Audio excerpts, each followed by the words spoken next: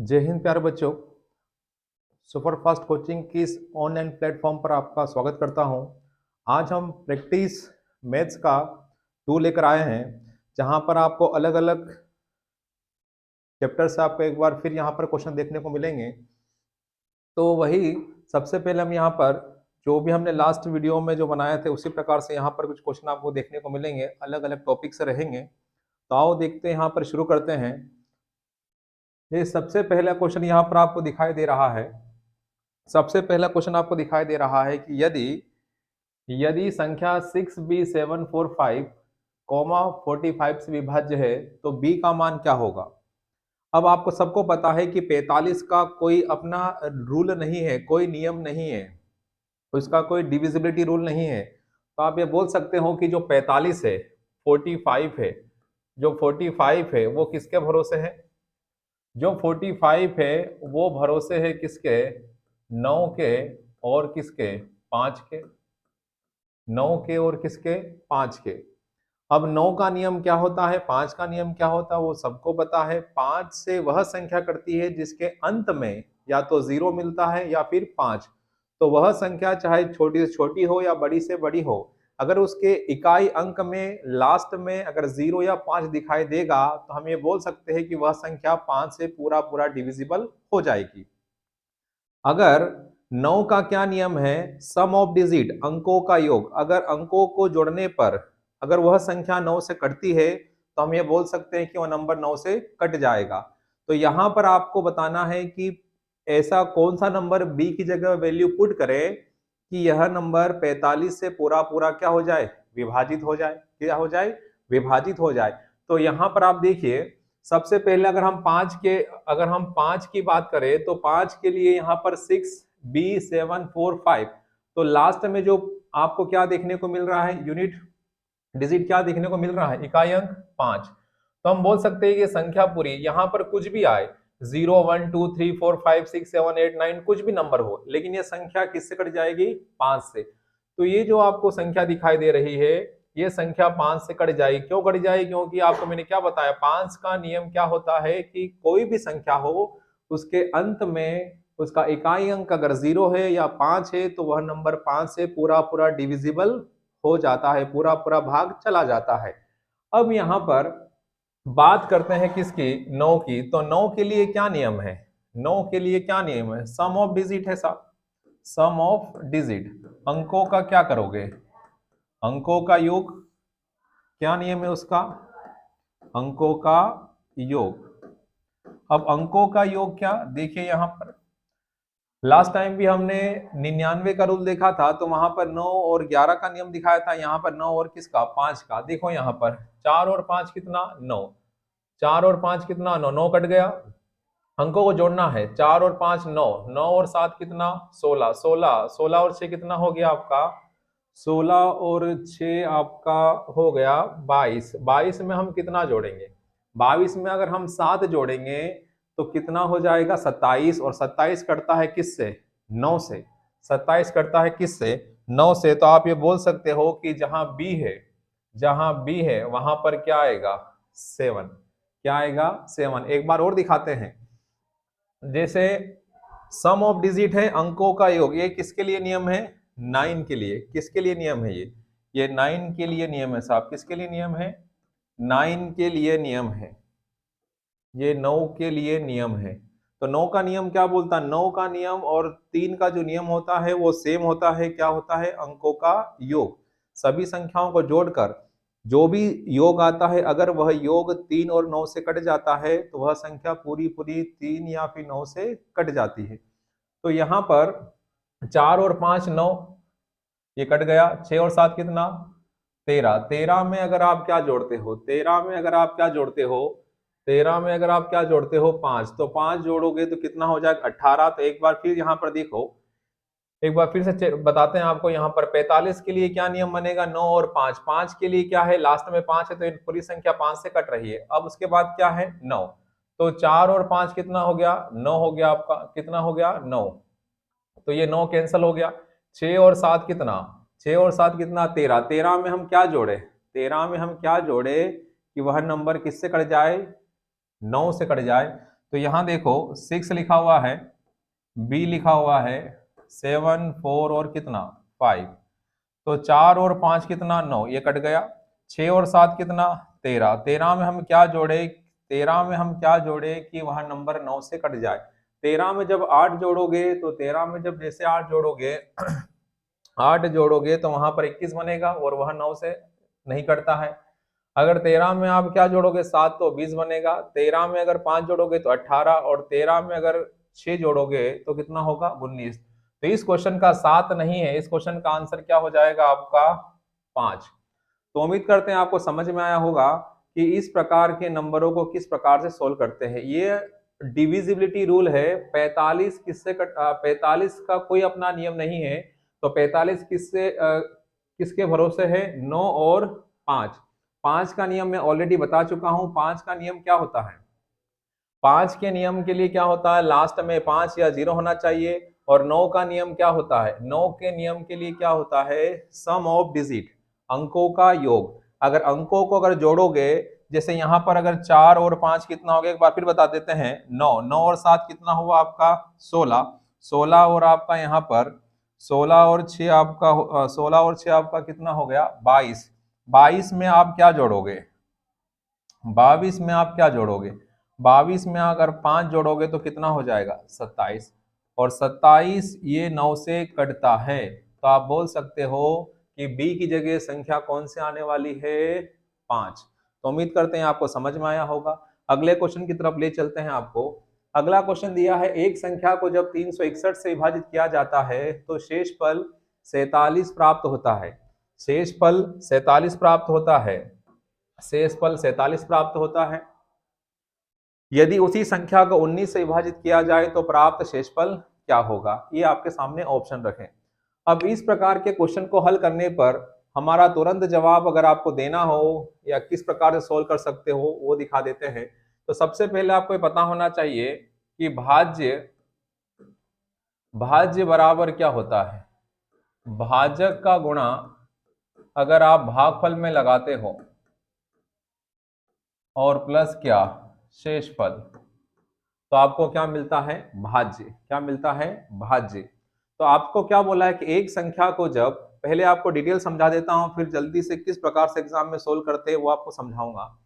एक संख्या को जब 361 से विभाजित किया जाता है, एक संख्या को नहीं पता x मान लिया, एक संख्या को जब 361 से क्या किया जाता है विभाजित किया जाता है, तो विभाजित किया जाता है तो शेषफल कितना प्राप्त होता है आपको 47। तो यहाँ पर हमें नहीं पता तो कुछ ना कुछ भाग तो गया होगा, लेकिन हमें पता है कितना आता है 47।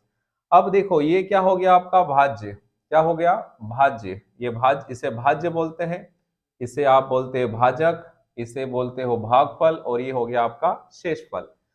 तो क्या होगा यहाँ पर भाज्य आपका क्या है x है, बराबर भाजक कितना आपका 361 गुणा क्या करोगे 361 गुणा क्या करोगे n, और प्लस कितना 47। तो ऐसा करने पर हमें वह संख्या प्राप्त हो जाएगी, हमें वह संख्या प्राप्त हो जाएगी जिसमें हम भाग लगा रहे हैं। किसमें भाग लगा रहे हो आप 361 गुणा n प्लस 47 में भाग लगा रहे हो। किससे लगा रहे हो, किससे भाग लगा रहे हो 361 से भाग लगा रहे हो। लेकिन फिर क्या बोला, यदि उसी संख्या को अगर हम किससे भाग लगाएं, उसी संख्या को अगर हम 19 से भाग लगाएं तो प्राप्त शेषफल क्या होगा। तो एक बार ध्यान से देखिए, क्या ये 19 से 361 कटता है, तो आपका जवाब होगा हाँ 19 का ही स्क्वायर है। तो अगर ये 19 से ये पूरा पूरा नंबर अगर कट रहा है तो ये पूरा नंबर, ये जो आपको पूरा नंबर दिखाई दे रहा है ये पूरा पूरा कट जाएगा, और पूरा पूरा कटने का मतलब रिमाइंडर क्या बचना 0। अब फिर यहाँ पर क्या बच रहा है आपके पास 47, क्या बच रहा है 47। 19 से जब 361 को काटोगे तो पूरा पूरा कट रहा है। अब 19 का ये गुणज है, 19 का गुणज है, 19 से ये पूरा पूरा कट रहा है। तो 361 में आप किसी भी नंबर का गुणा करो, किसी भी नंबर का 1 का 2 का 10 का 15 का 20 का 100 का किससे भी गुणा करो, तो ये गुणा करने के बाद पूरी जो संख्या आएगी ये संख्या पूरी कट जाएगी किससे 19 से, और पूरी पूरी संख्या कटना मतलब रिमाइंडर क्या बचना 0। अब यहाँ पर क्या देखने को मिला 47 और कितना बचा 47। तो 47 को अगर आप 47 बच रहा है और आप इसे 19 से अगर डिवाइड करोगे तो 19 दूनी कितना 38। अगर 47 में भाग लगाओगे 19 से तो कितनी बार जाएगा 2 बार और कितना बचेगा रिमाइंडर 9। तो इस क्वेश्चन का जो आंसर होगा वो क्या होगा आपका आंसर 9। क्या होगा 9। ये तो पूरा मैंने आपको डिटेल बता दिया है कि किस प्रकार क्वेश्चन को हल करना है। ठीक है, तो इस प्रकार से तो क्वेश्चन को आपको एग्जाम में हल नहीं करना है, आपको बस समझाना था, समझा दिया है कि किस प्रकार से ये बनता है। एग्जाम में क्या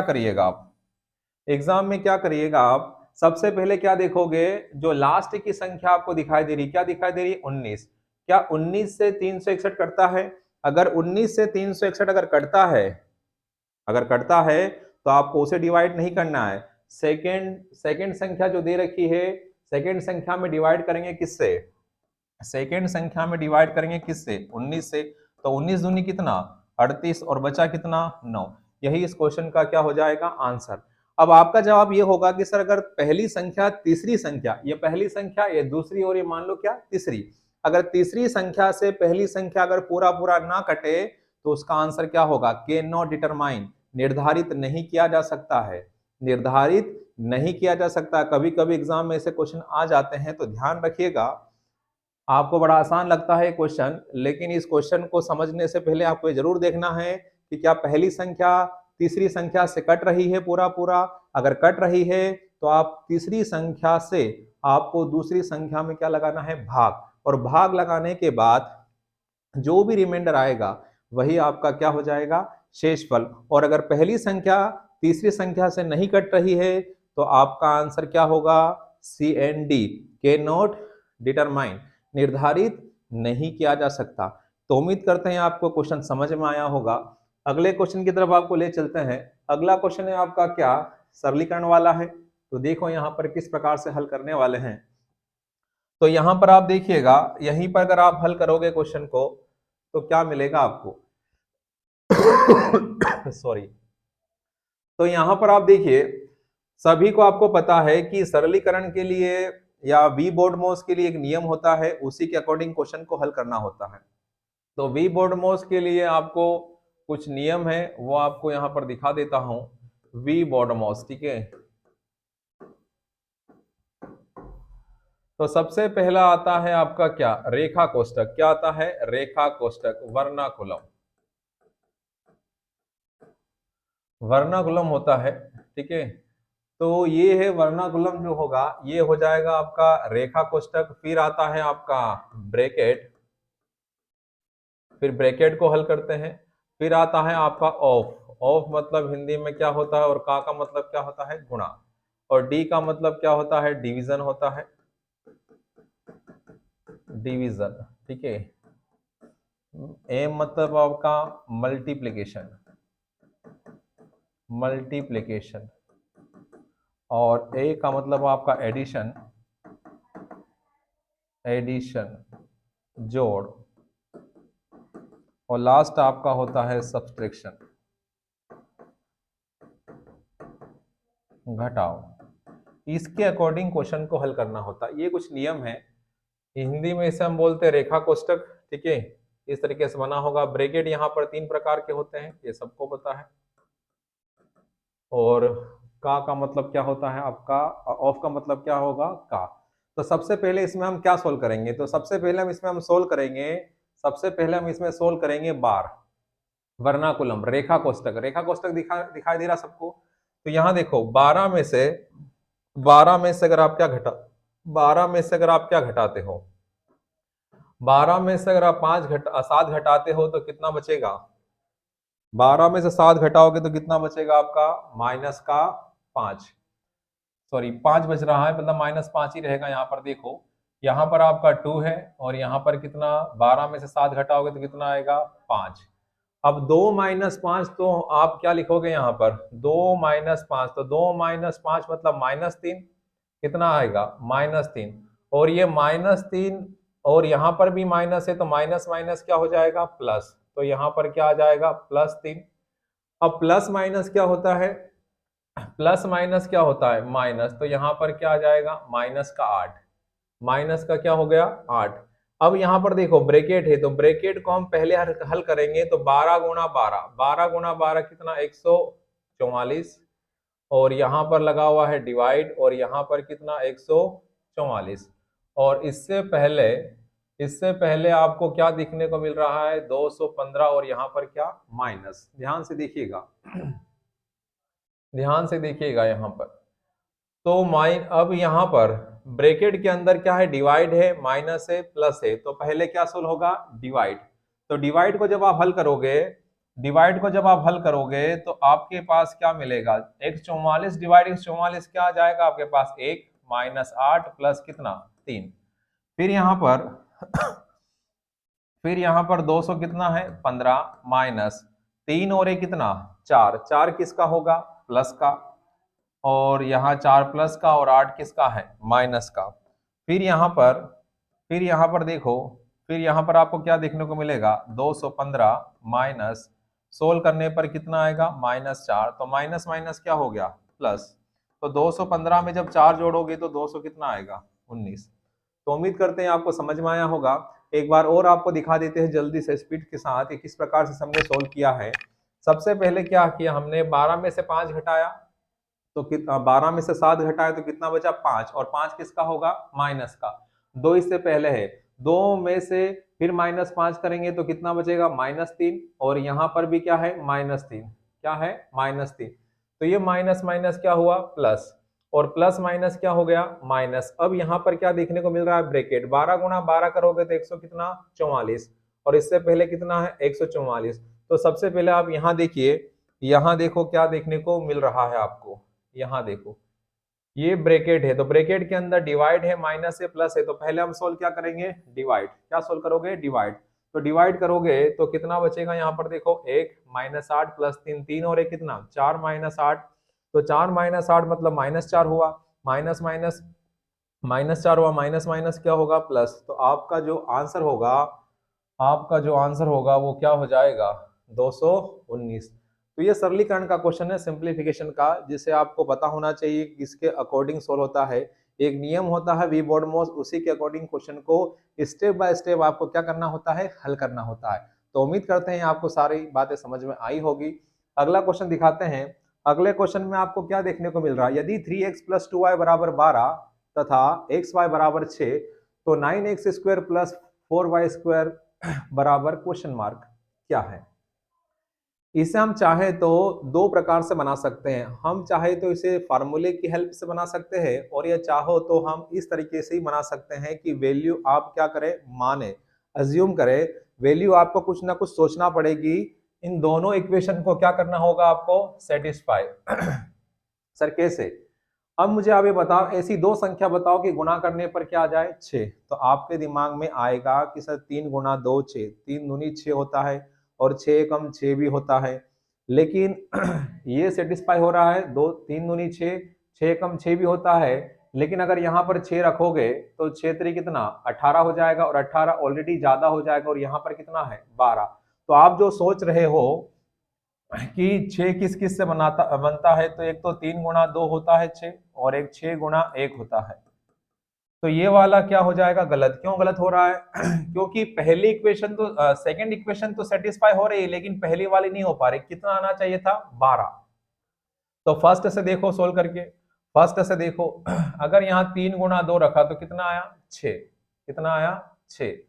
यहाँ देखो यहाँ पर अगर 3 रखा, x का मान कितना रखा आपने 3, और y का मान कितना 2, तो 3 गुणा 3 कितना 9, और 2 गुणा 2 कितना 4, तो 9 और 4 कितना 13, सेटिस्फाई नहीं हो रहा ये भी।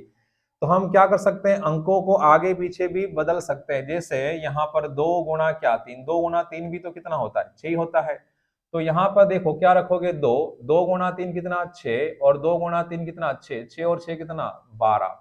तो हम यहाँ पर x का मान क्या रख पाएंगे, x का मान आप क्या रख पाओगे यहाँ पर 2, और y का मान कितना 3, और यहाँ पर भी x का मान 2 और y का मान कितना 3, तब जाकर ये दोनों इक्वेशन क्या हो जाएगी सेटिस्फाई। तो हम ये बोल सकते हैं कि x और y का मान हमारे लिए क्या आया, x का मान 2 है और y का मान क्या आ रहा है 3।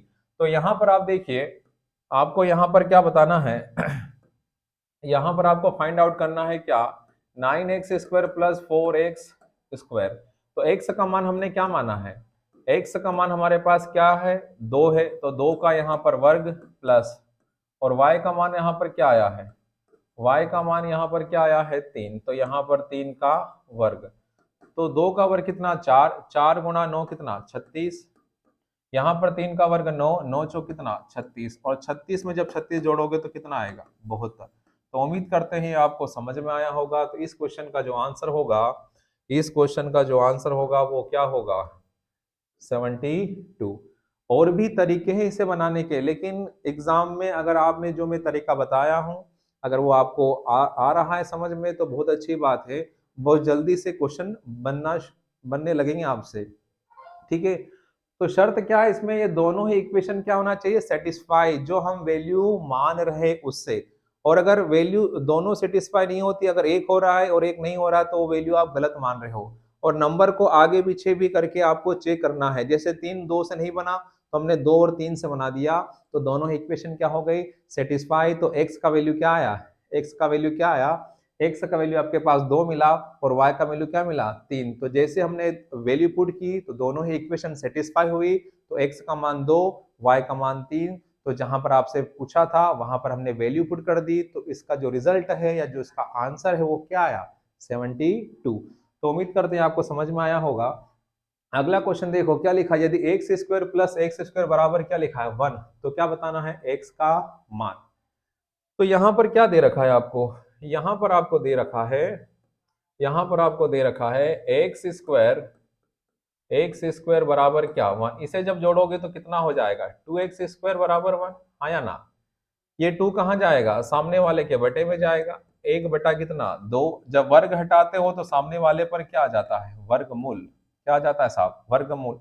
और 1 का वर्गमूल क्या होता है 1, और 2 का वर्गमूल नहीं होता है, तो ये √2 में आ जाएगा। तो उम्मीद करते हैं ये भी आपको समझ में आया होगा।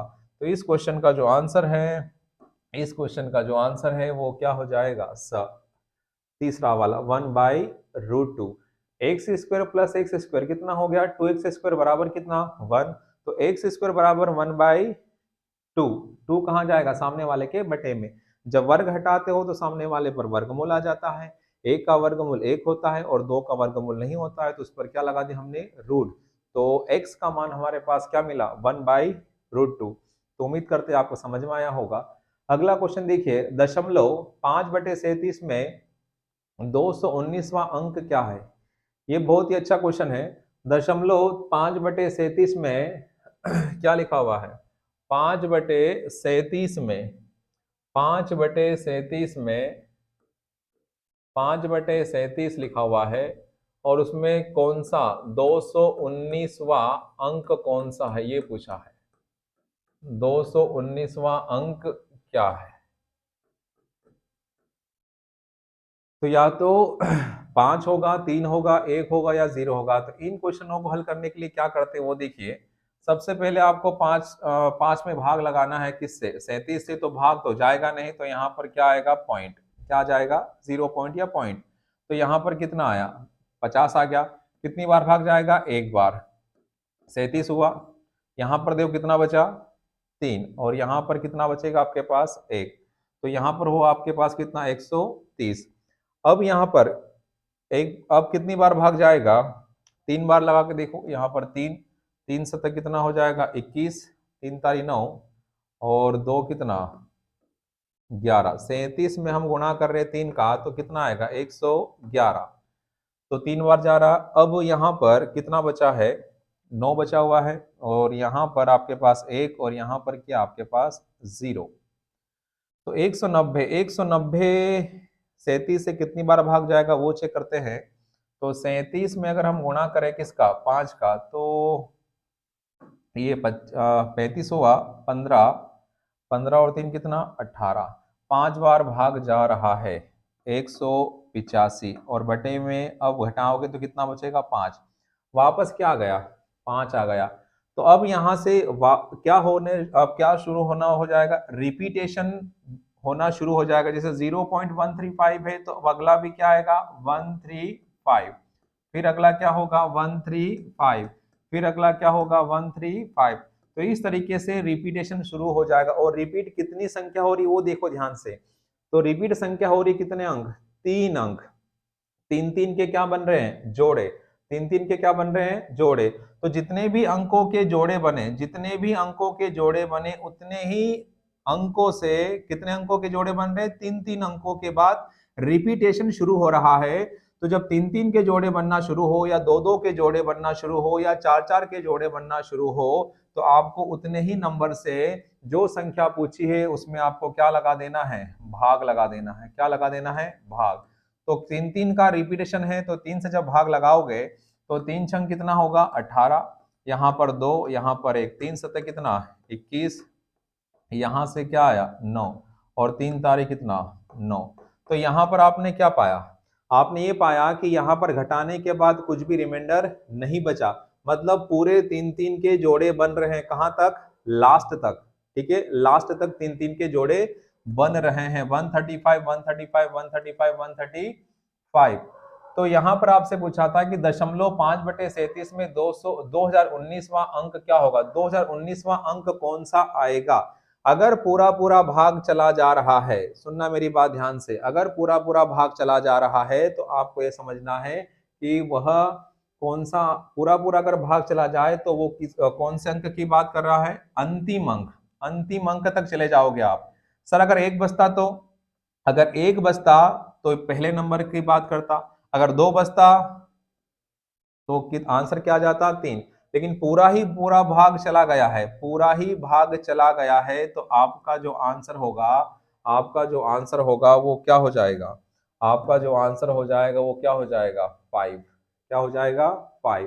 3 3 के जोड़े बन रहे, देखो ना यहाँ पर 673 में, 673 में अगर आप ध्यान से देखिएगा यहाँ पर, और समझा देते हैं आपको।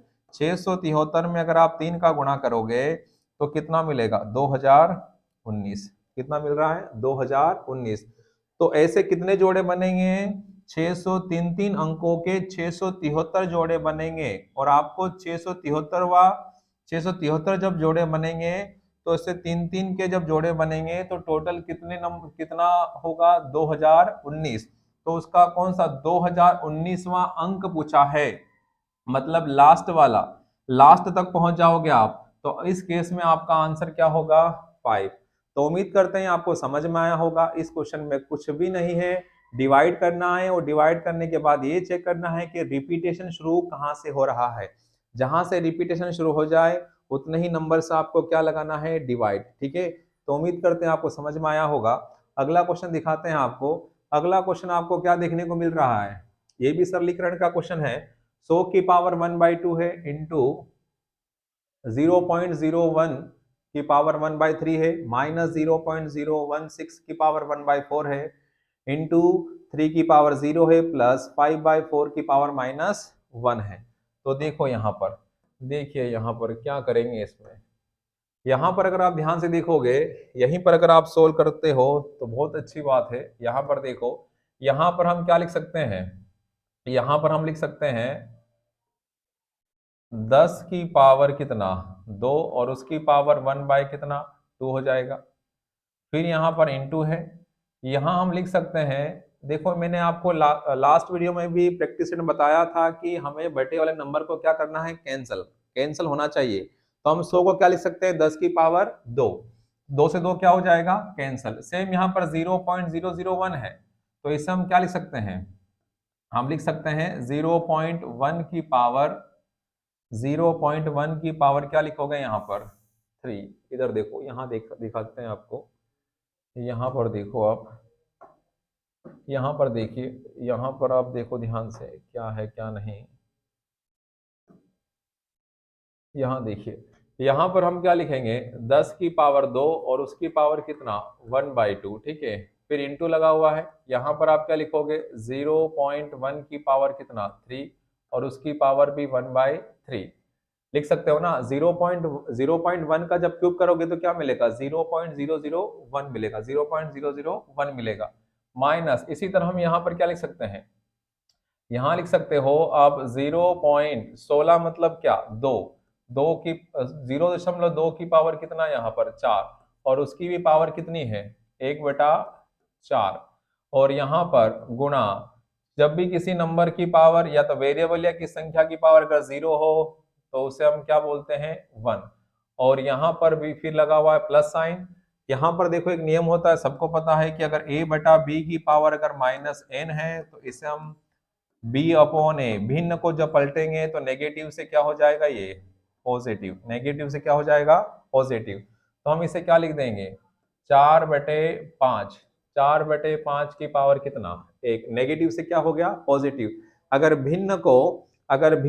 आप पलट दोगे तो नेगेटिव से आपको क्या मिलेगा पॉजिटिव, ये भी आपका घातांक करने के नियम से यहाँ पर बनेगा, ठीक है। तो अब देखो यहाँ पर क्या हो रहा है, ये 2 से 2 क्या हो रहा है, ये 2 से 2 क्या हो रहा है कैंसल। तो यहाँ पर आपको क्या मिला, यहाँ पर आपको क्या मिला 10 मिला, गुणा ये 3 से 3 कट गया तो यहाँ पर क्या मिला 0.1, माइनस क्या मिला माइनस, यहाँ 4 से 4 क्या हो गया कैंसल, तो यहाँ पर क्या मिला 0.2 इंटू 1 प्लस 4 बटे कितना 5।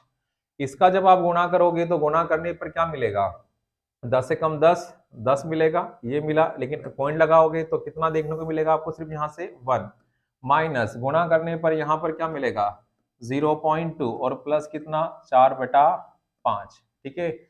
अब यहाँ पर देखो इसे अगर हल करूंगा मैं, माइनस करूँ या प्लस एक ही बात है, यहाँ पर अगर मैं माइनस कर दूंगा 1 में से अगर 0.2 अगर घटाता हूं तो क्या बचेगा आपके पास 0.8 प्लस 4 बटा कितना 5। अगर इस पॉइंट को हटाता हूं तो यहाँ पर कितना आ जाएगा 10, ये कटा 4 बार, ये कटा कितना 5 बार, तो आपके पास एलसीएम कितना आ गया 5, और ऊपर क्या करते हैं फोटोकॉपी, 4 और 4 कितना 8, 8/5 को हल करना बहुत आसान है, 8 का क्या करो डबल, कितना आया 16, और यहाँ क्या लगा दोगे पॉइंट। तो इस क्वेश्चन का जो आंसर होगा वो क्या आ रहा है, इस क्वेश्चन का जो आंसर है वो क्या आया 1.6। तो उम्मीद करते हैं ये आपको समझ में आया होगा। ये काफी क्वेश्चन देखने में लगते हैं कि बहुत मुश्किल है, लेकिन अगर आपको सारी चीजें बेसिक अगर पता है तो कोई दिक्कत नहीं है। और आपको सबका पता है कि यहाँ पर अगर किसी भी वेरिएबल की पावर अगर 0 हो तो उसे हम क्या लिखते हैं 1। तो उम्मीद करते हैं आपको समझ में आया होगा।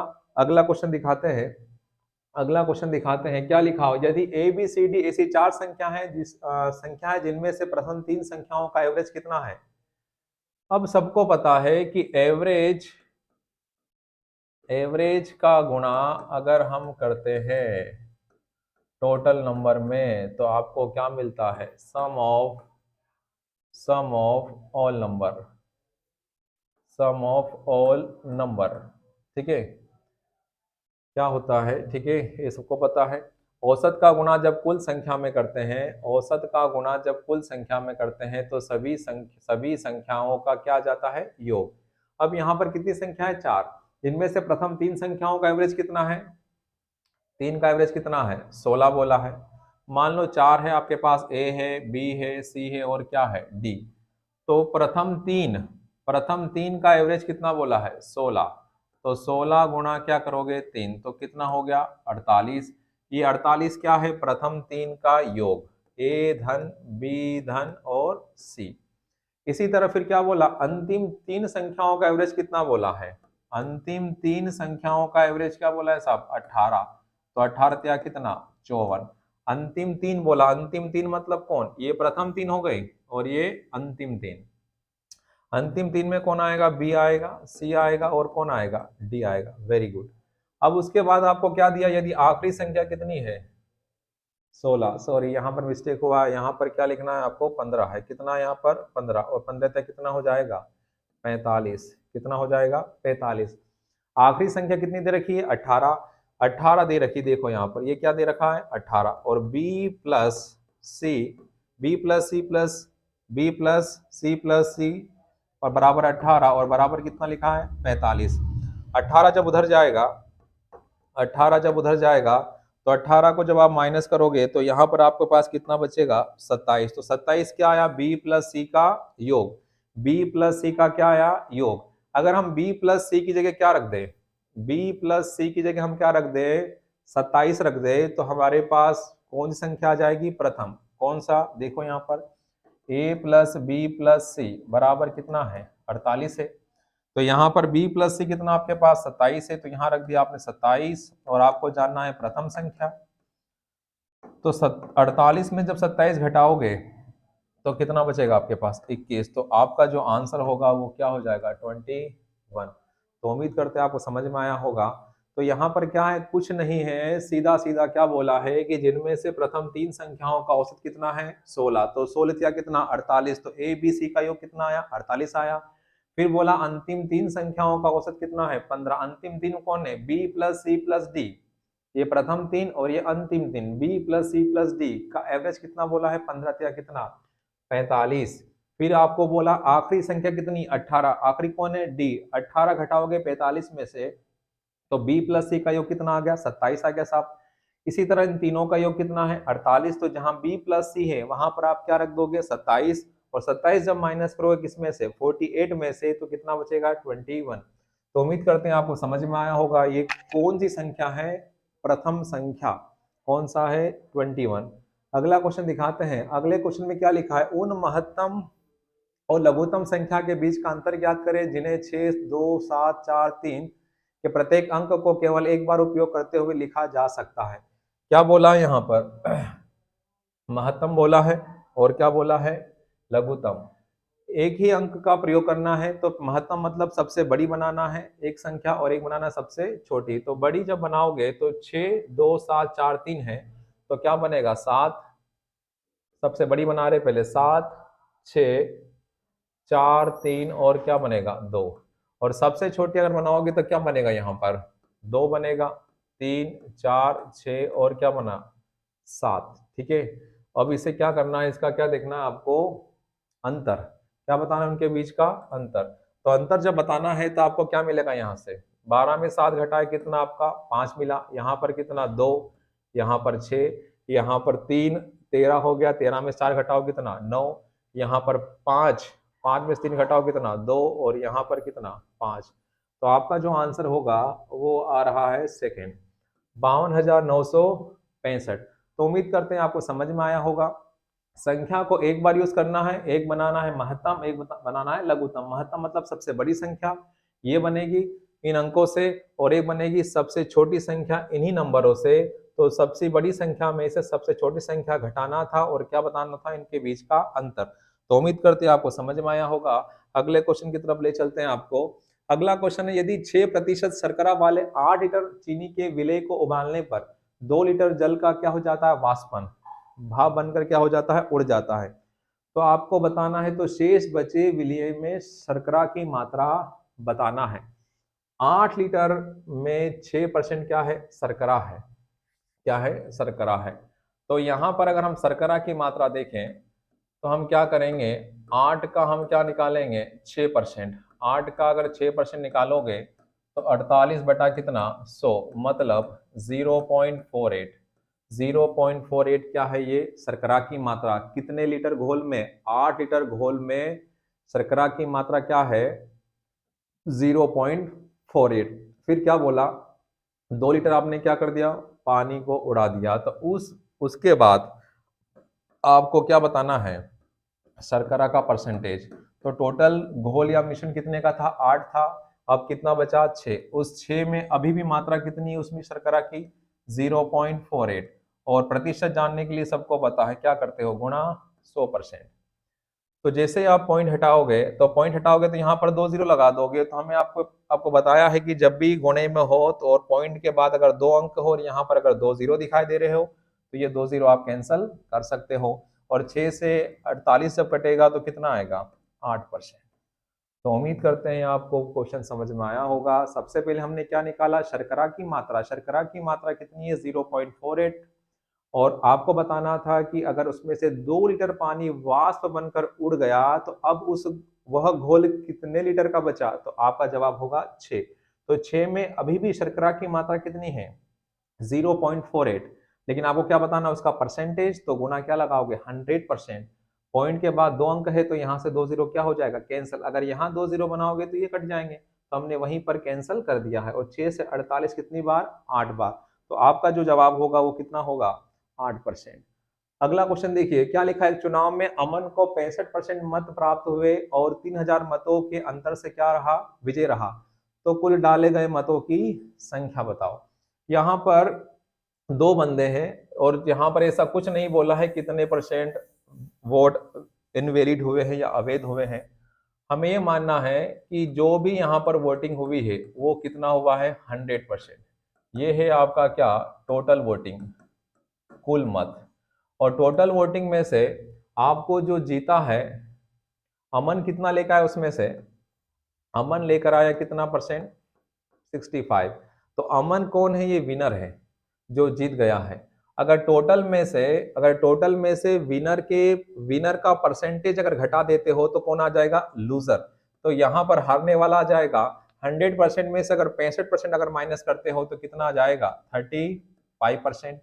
और क्वेश्चन में ये बोला है कि 65% मत प्राप्त हुए और 3000 मतों से अंतर से क्या रहा, वो विजय। अगर मतों की बात करें तो वो 3000 मतों से जीता है और सामने वाला 3000 मतों से हारा है। अगर मैं परसेंटेज की बात करूं तो परसेंटेज में आप क्या बोलोगे, परसेंटेज में अगर आप क्या बोलोगे कि यहाँ पर 30% वोटों से अमन जीता है और सामने वाला बंदा 30% वोटों से हारा है। ठीक है, अब हम क्या लगा देंगे, वैल्यू किसकी, चाहे जिसकी। तो वैल्यू आपके पास कितना है, 3000। 3000 क्या है, ये 3000 वोटों के अंतर से हार जीत हुई है। और यहाँ परसेंटेज में कितने वोटों से जीत हार हुई है, 30%। तो 3000 क्या हो गई, वैल्यू किसकी, 30% की। और आपको क्या चाहिए, डाले गए कुल मतों की संख्या। तो कुल मत कितना पड़ा वहां पर, 100%। तो गुणा क्या लगाओगे, 100%। ठीक है, तो ये परसेंट से परसेंट तो आपका कट जाएगा। 30 से कटा कितनी बार, ये 30 से कटा कितनी बार, ये 100 बार। और 100 का गुणा जब 100 में करोगे तो कितना आएगा, 10,000। तो इस क्वेश्चन का जो आंसर होगा वो क्या होगा, 100 वाला। ठीक है, तीसरा ऑप्शन। तो उम्मीद करते हैं आपको समझ में आया होगा। अगले क्वेश्चन की तरफ ले चलते हैं आपको। अगला क्वेश्चन लिखा, एक वस्तु को उसके क्रय मूल्य से 50% अधिक पर अंकित किया गया। एक वस्तु को उसके क्रय मूल्य से 50% अधिक पर अंकित किया गया। अब देखो, अगर क्रय मूल्य मतलब क्या, कॉस्ट प्राइस सीपी, और क्रय मूल्य से 50% क्या किया, उस पर अधिक 50% अधिक पर क्या किया, उसे अंकित किया है। तो उसका जो एमपी है, खरीद कर कितने में लेकर आए थे, 100 रुपए में। और एक वस्तु को उसके क्रय मूल्य से 50% अधिक पर क्या किया, अंकित किया है। तो उसमें कितना परसेंट बढ़ाया आपने, 50%। तो अंकित मूल्य कितना हो गया, 150। फिर यदि अंकित मूल्य पर 10% की छूट दी जाती है तो अब वास्तविक लाभ प्रतिशत क्या है।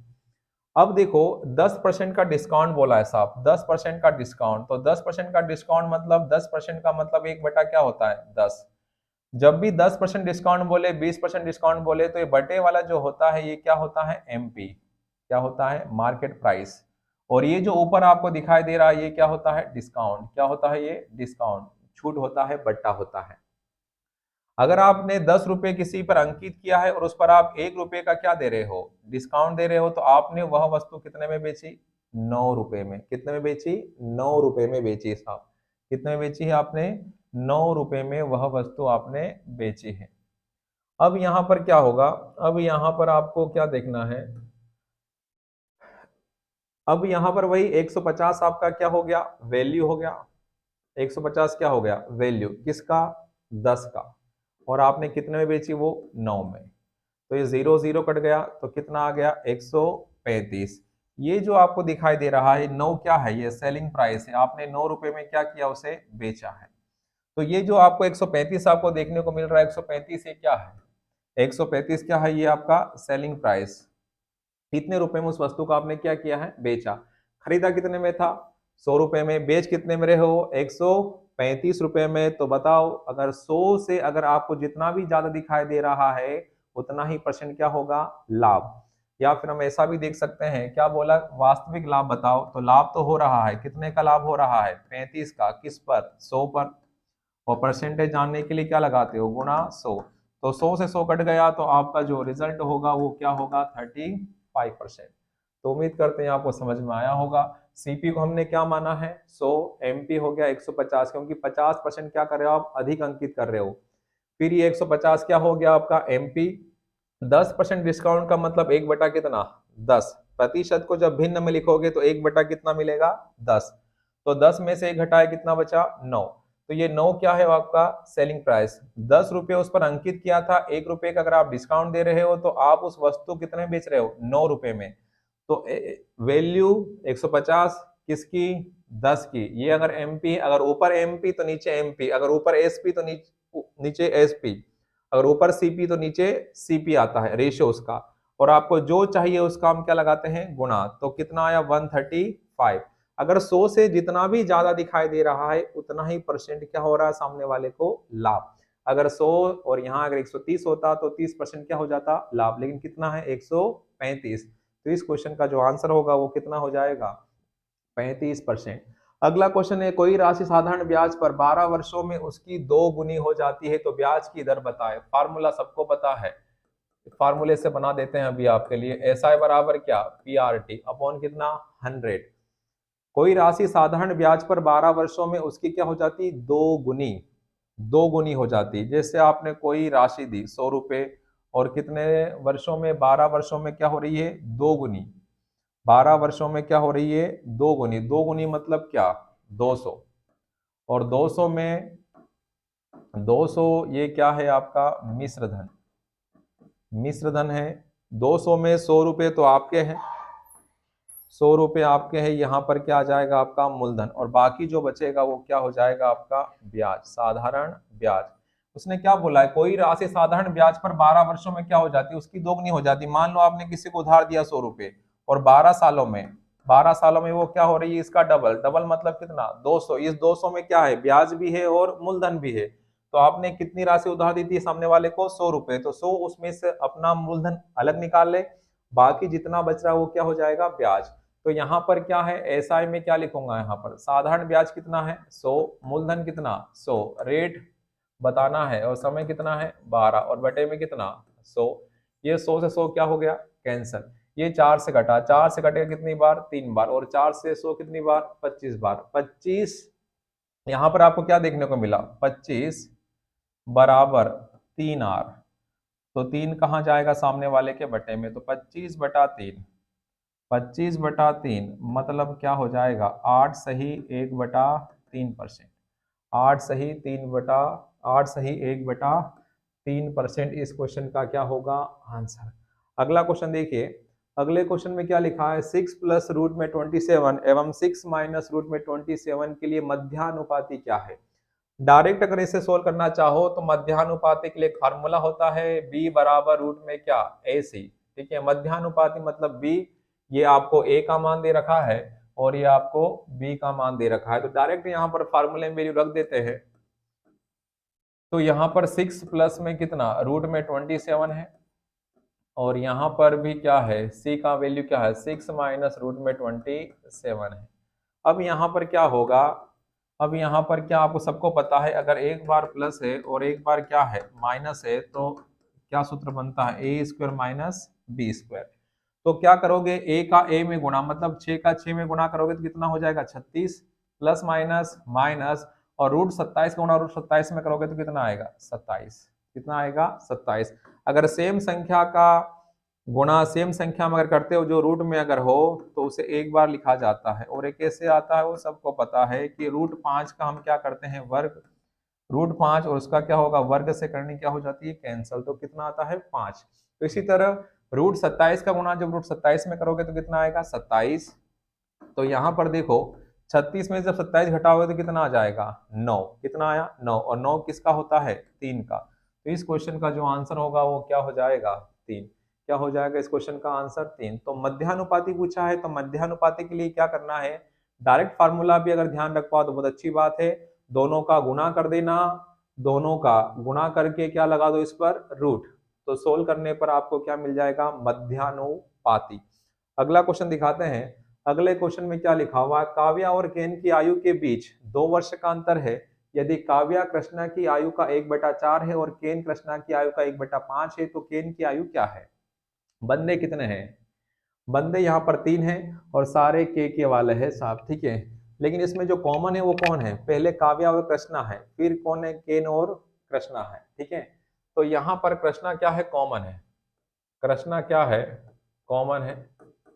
कृष्णा कॉमन है और यहाँ पर हम लिख दें क्या? यहाँ पर काव्या, यहाँ पर काव्या हो गया, काव्या है। और यहाँ पर क्या लिख देते हैं हम? केन। क्या लिख देते हैं? केन।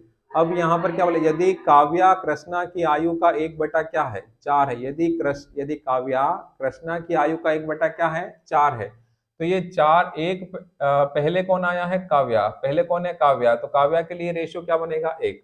क्या बना? 1। और कृष्णा के लिए क्या हो जाएगा आपका? 4। फिर बात हो रही है केन और कृष्ण के बारे में, तो केन के लिए क्या होगा? 1। केन के लिए 1 होगा और कृष्णा के लिए क्या हो जाएगा? 5। तो यहाँ पर क्या करना है? खाली जगह। खाली जगह किससे भरना है? पड़ोसी से। यहाँ पर कितना? 4 और यहाँ पर कितना? 5। जब इससे सोल्व करोगे तो यहाँ पर 5 मिलेगा, यहाँ पर 20 और यहाँ पर कितना? 4।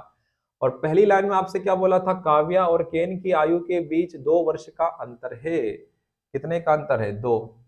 किसके बारे में? केन और कृष्णा, सॉरी, काव्या और केन। काव्या और केन के बीच कितने का अंतर है? क्वेश्चन में बोला है 2 वर्ष का अंतर है और आप कितना बोल रहे हो? 1 का अंतर है।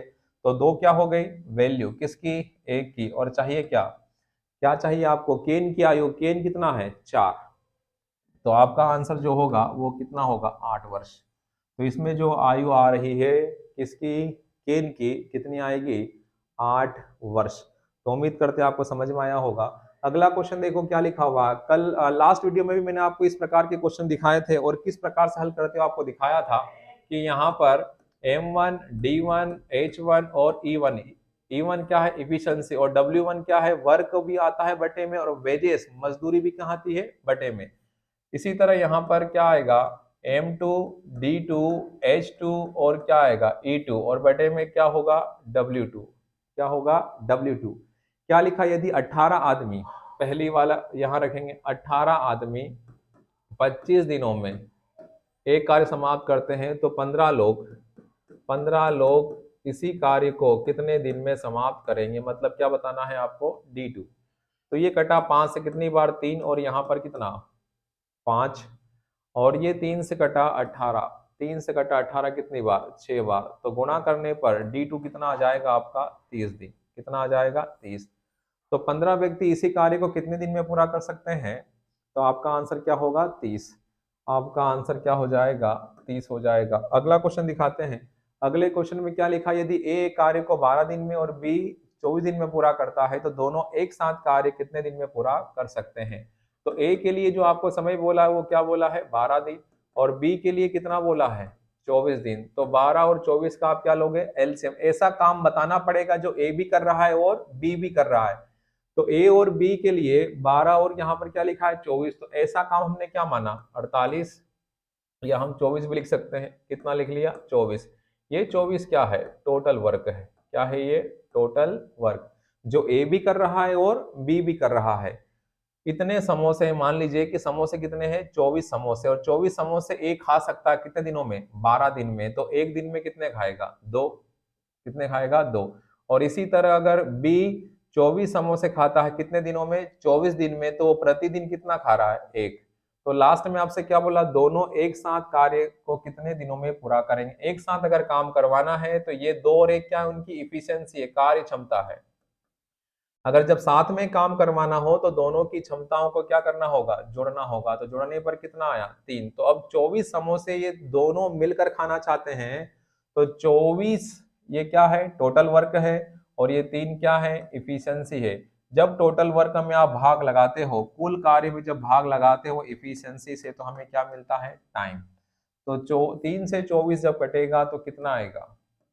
3 से 24 जब कटेगा तो कितना आएगा? 8 दिन। तो यह दोनों मिलकर उस काम को पूरा कर सकते हैं कितने दिनों में? 8 दिनों में।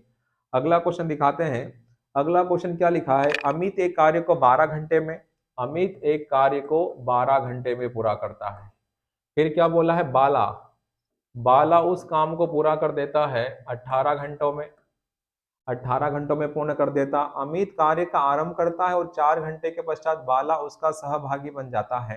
तो तो आरंभ से अंत तक कितने घंटों में यह कार्य पूर्ण हो जाएगा, मतलब पूरा कार्य कितने घंटों में पूरा होगा ये बताना है। तो 4 घंटे के पश्चात बाला जुड़ा है काम में, मतलब 4 घंटे तक तो सिंगल काम करता रहा, कौन, अमित। तो सबसे पहले काम तो दिखाओ कि काम करना कितना है। तो 12 और 18 का जो एलसीएम होगा वो कितना होगा, 36। मान लो 36 समोसे खाना है। अगर 36 समोसे खाना है किसे, अगर एक को, तो वो अकेला कर सकता है कितने घंटे में, 12 घंटे में। तो 1 घंटे में वो कितना करेगा, 1 घंटे में कितने खा लेगा वो, तो यहाँ पर आ जाएगा 3। और 18 से डिवाइड करोगे 36 में तो कितना आएगा, 2। अब यहाँ पर 4 घंटे के बाद जोड़ा है बाला, ठीक है। तो अमित ने 4 घंटे तक तो अकेले बंदे ने काम किया है। अगर 1 घंटे में वो 3 समोसे खाता है तो 1 घंटे में अगर वो 3 समोसे खाता है तो 4 घंटे में वो कितने समोसे खा लेगा, 12। टोटल कितने समोसे थे, 36। 36 में से 12 समोसे खा लिए तो बचे कितने, 24। अब ये 24 समोसे कौन खाएगा या कौन काम करेगा शेष काम। अब इसमें दोनों मिलकर काम करेंगे, क्योंकि 4 घंटों के पश्चात बाला उसका क्या बन जाता है, सहभागी, मतलब उसके साथ में काम करना शुरू कर देता है। तो ये 24 काम आप कौन करेंगे, दोनों ही करेंगे, अमित और बाला दोनों ही करेंगे। तो दोनों को हम क्या कर देंगे, इफिशियंसी को जोड़ देंगे। जोड़ने पर कितना आया, 5। तो 24 का डबल कितना, 48, और एक अंक के बाद क्या लगा दो, पॉइंट। तो 24/5 को जब हल करोगे तो 4 दशमलव क्या मिलेगा, 8। तो 4.8 घंटे ये कौन सा काम है, शेष काम को करने में दोनों को 4.8 घंटे लग रहे हैं। और अमित के द्वारा 4 घंटे पहले ही काम हो चुका है। तो क्वेश्चन में आपसे पूछा है कि आरंभ से अंत तक कितने घंटों में ये कार्य पूर्ण हो जाएगा। तो दोनों समय समय को क्या करना होगा, दोनों समय समय को जोड़ना होगा। तो जोड़ने पर कितना मिलेगा, 8.8 घंटे। कितना मिलेगा, 8.8 घंटे। तो उम्मीद करते हैं आपको समझ में आया होगा। अगला क्वेश्चन दिखाते हैं। अगला क्वेश्चन क्या है, पुरुषों की एक निश्चित संख्या एक कार्य को 60 दिनों में पूरा करते हैं। 8 अन्य पुरुषों के साथ कार्य 10 कम दिनों में पूर्ण हो जाएगा। तो प्रारंभ में कितनी संख्या थी। तो यहाँ पर वही M1 D1 है, पुरुषों की निश्चित संख्या हमें नहीं पता तो क्या मान लिया, x। एक कार्य बटे में आता है, सबको पता ही बताया उससे पहले वाला फार्मूला M1 D1 H1 वाला, ठीक है। और कितना दिन ले रहा है, 60। फिर क्या बोला है क्वेश्चन में, 8 अन्य पुरुष के साथ कार्य 10 कम दिनों में ही पूर्ण हो जाएगा।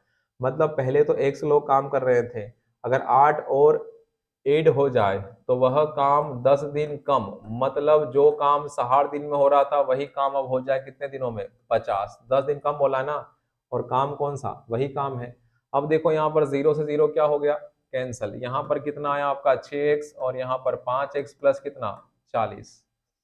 तो यहाँ पर माइनस करोगे तो x बराबर कितना, 40। तो x का मान क्या आया, 40। और आपसे क्या पूछा, प्रारंभ की संख्या कितनी थी। तो प्रारंभ में कितनी थी, 40। कितनी थी, 40। तो उम्मीद करते हैं आपको समझ में आया होगा। अगला क्वेश्चन दिखाते हैं। अगले क्वेश्चन में क्या है, ये एलजेब्रे का फार्मूला, एलजेब्रे का क्वेश्चन है। एलजेब्रा जहां पर लिखा है यदि a-1/a बराबर कितना, 7। तो आपको क्या बताना, a² + 1/a²। तो यहाँ पर देखो, अभी यहाँ पर देख लीजिएगा, a - a बराबर कितना लिखा है, 7। हम दोनों पक्षों में क्या करेंगे, वर्ग, स्क्वायरिंग बोथ साइड। क्या करोगे, दोनों पक्षों में वर्ग करोगे। जैसे ही वर्ग करोगे तो a-1/a की पावर 2 और बराबर 7 का वर्ग। पहले डिटेल बता रहे हैं, a² +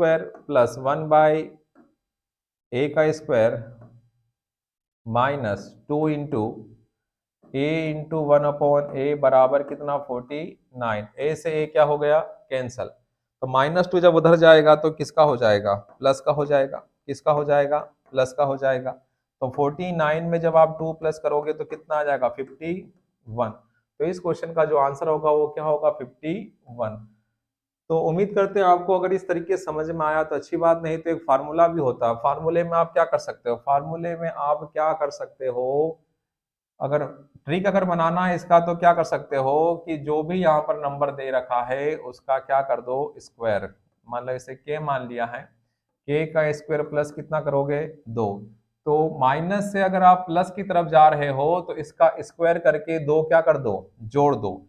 तो k मतलब क्या 7, तो 7 का वर्ग क्या हो गया 49, और 49 में जब 2 जोड़ोगे तो कितना आएगा 51। ये 2 यहां से देखो, ये -2 फार्मूले का है, और -2 जब इधर आया तो किसका हो गया प्लस का, -2 जब इधर आया तो किसका हो गया प्लस का। तो 2 जब आप इसमें जोड़ोगे 49 में जब 2 जोड़ा तो कितना हो गया 51। तो उम्मीद करते हैं आपको समझ में आया होगा। अगला क्वेश्चन दिखाते हैं।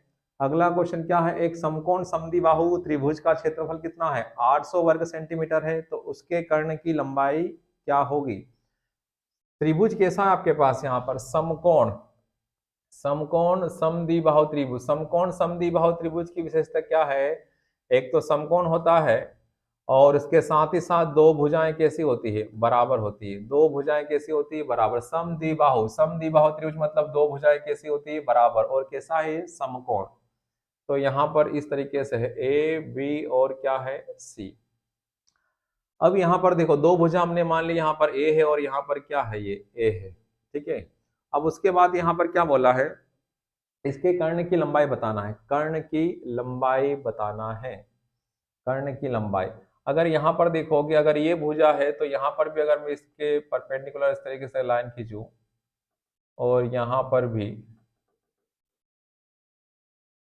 तो ये क्या बन जाएगा आपका स्क्वायर, क्या बन जाएगा स्क्वायर। और आपको सबको पता है कि अगर वर्ग का विकर्ण के लिए जो फार्मूला होता है वो क्या होता है √2a, क्या होता है √2a। तो सबसे पहले आपको क्या देखना है, समकोण समद्विबाहु त्रिभुज का क्षेत्रफल दे रखा है।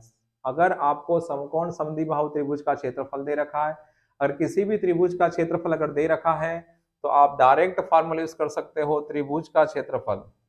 त्रिभुज का क्षेत्रफल क्या होता है 1/2 गुणा बेस इंटू हाइट बराबर कितना दे रखा है 800, 800 क्या दे रखा है वर्ग सेंटीमीटर, 800 वर्ग सेंटीमीटर दे रखा है। 1/2 बेस कितना है ए है, हाइट कितना है इसमें ए है, और बराबर कितना 800। 2 से 2 का जब मल्टीप्लाई करोगे तो यहाँ पर a गुणा ए स्क्वायर बराबर कितना हो जाएगा 1600। वर्ग हटाओगे, वर्ग हटाओगे तो क्या आएगा a का वैल्यू कितना हो गया 40। तो ये आ गई साहब भुजा का मान, ये a का मान आ गया। आपसे क्या पूछा है कर्ण की लंबाई, और कर्ण के लिए फार्मूला क्या बनेगा √2a। तो √2a के लिए कर्ण क्या होगा, कर्ण के लिए क्या हो गया √2a। तो a का मान आपके पास कितना आया 40, तो 40√2, 40√2 आपका क्या हो जाएगा आंसर। ये यहाँ पर √2 है और यहाँ पर ये √2 लिखा हुआ है, ठीक है। तो उम्मीद करते हैं आपको जितने भी क्वेश्चन आज आपको समझाए हैं, आज भी वही है 20-21 क्वेश्चन हुए हैं आज के सेट में भी, ठीक है। तो उम्मीद करते हैं आपको जो आज समझाया वो अच्छे से समझ में आया होगा, ठीक है। तो आज के लिए इतना रखते हैं, थैंक यू, जय हिंद।